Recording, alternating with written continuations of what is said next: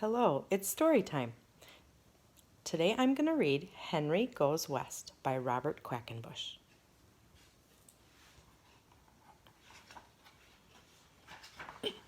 Dear Henry, I'm having a wonderful time on my vacation out west.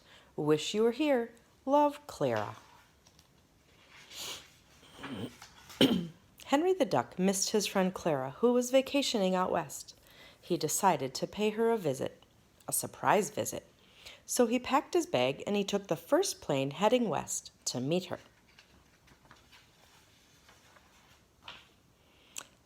Henry arrived at Clara's guest ranch early the next morning, but the ranch was closed. Everyone had just left for an all-day trail ride. They would not be back until midnight. Here's the sign, ranch closed today, gone on a trail ride, back at midnight. They're at the barbecue ranch. Henry decided to have a look around the ranch while he waited for Clara. As he was snapping a picture near the barn, Henry backed right into a mule. The surprised mule kicked Henry. Henry landed on the back of a horse. The horse was a bucking bronco. Henry was taken for a wild ride. Then he was tossed over a fence. Henry landed in a bull's pen. The bull chased Henry. Henry ran and ran. At last, Henry got out of the bull's pen. He went to sit down on a large rock, but he did not see the cactus behind it. Henry sat down on the cactus. Ouch!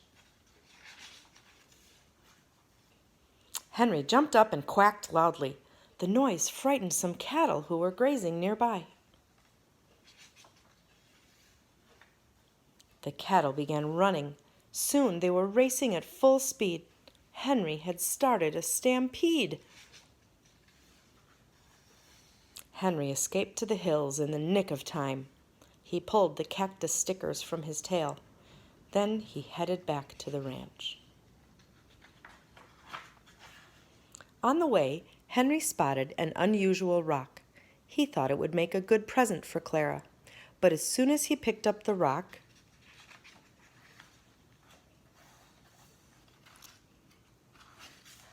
he heard a loud rumbling from the mountaintop. Henry had started a landslide. He ran as fast as he could go. Henry got clear of the landslide. Then he went straight back to the ranch to wait for Clara. Henry waited and waited. It was turning cold on the desert, so he built a campfire.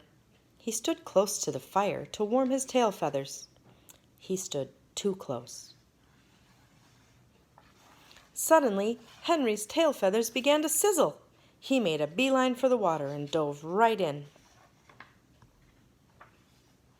Henry was soaking wet and all worn out. He wished Clara would hurry up and get there.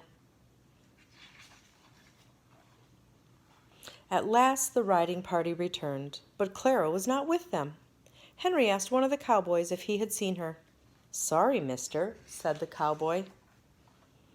"Clara went home yesterday. She said she was lonesome for someone named Henry." "Ah, poor Henry, he missed her." That was Henry Goes West by Robert Quackenbush. I hope you enjoyed this story with Grandma.